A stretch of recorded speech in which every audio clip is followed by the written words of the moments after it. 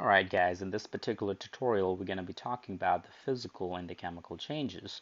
So to start out with, a physical change is going to be any process that involves the change in the state only. So when we talk about the states, we're looking at the solids, the liquids, and the gases. So as long as the process involves the conversion of the solid into the liquid or to the gas and vice versa, it's just going to be a physical change. A most important factor in physical change is the identity of the material does not change. So whatever the chemical formula you have and as for the starting material stays the same for your product as well. If I take in a very simple example, I can talk about ice being converted to liquid water.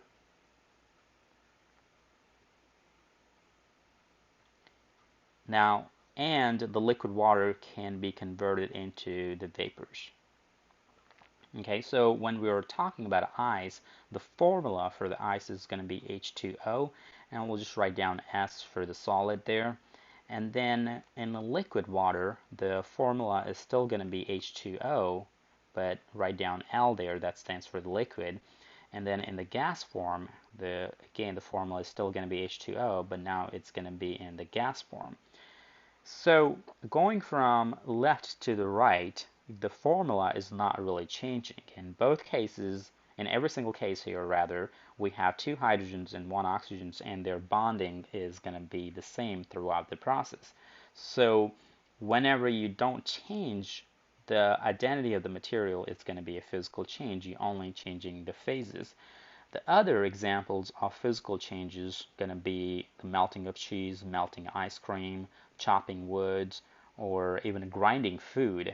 Those are all going to be physical changes. Okay, you do want to know some of the technical names or some of the technical terminology when you go from solids to liquids and to the gas. So let's talk about those. So if I have a solid phase, the solid phase can be converted to the liquid phase.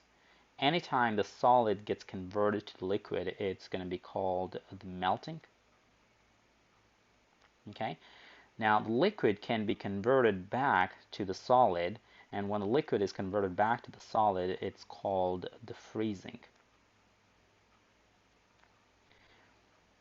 Together, the melting and freezing makes a common name called fusion. So whenever you see a word fusion, that just means it could be either a melting or the freezing. It could be going either way in that particular case. But if you're talking about melting, it's going from solid to liquid, and if you're talking about freezing, it's going from liquid to the solid. And then obviously we can have liquid going to the gas form, and that's called the evaporation or the vaporization.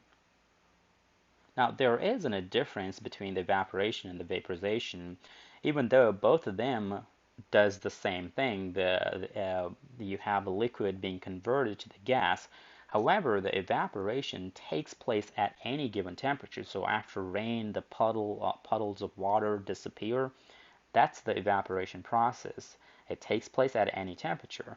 However, the vaporization takes place at the boiling temperature. So when we boil the water at 100 degrees Celsius, it's the vaporization that's being taken place at that particular time.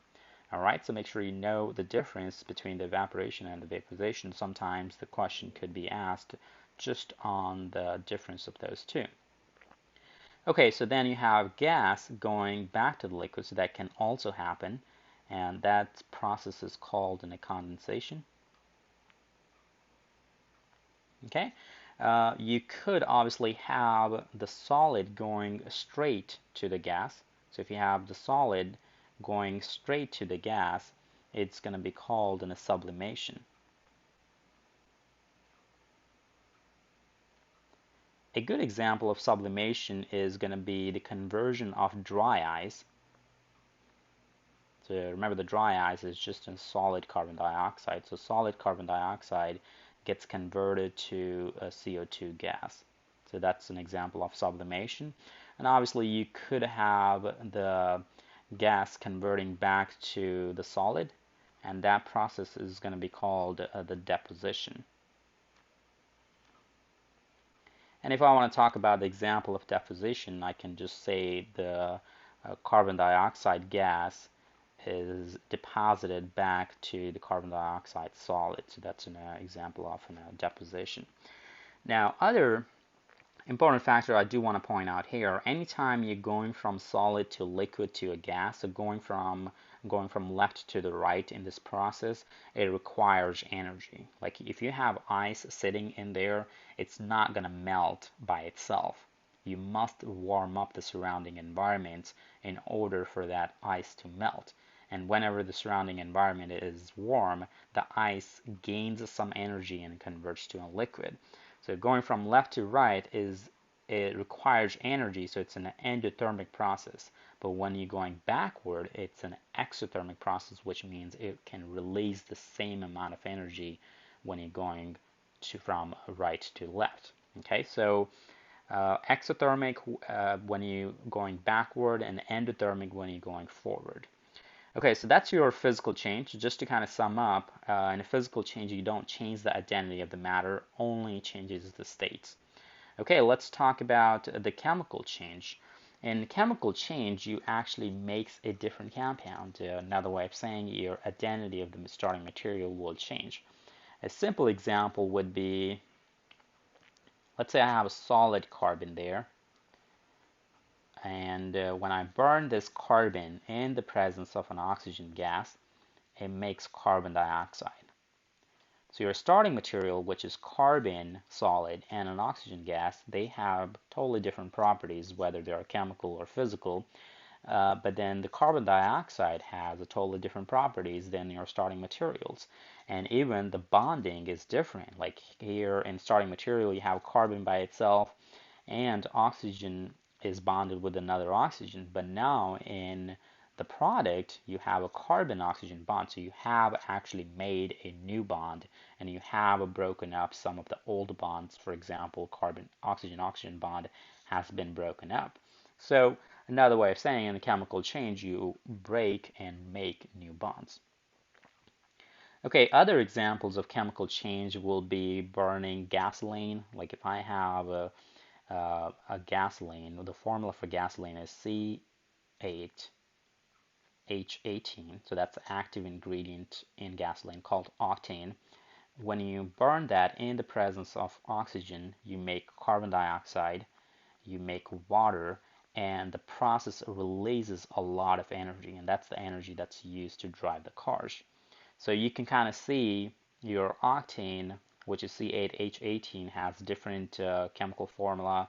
Oxygen is different a different formula here, and then what you make on the product here, which is carbon dioxide and water, they have a totally different formulas and the properties obviously here.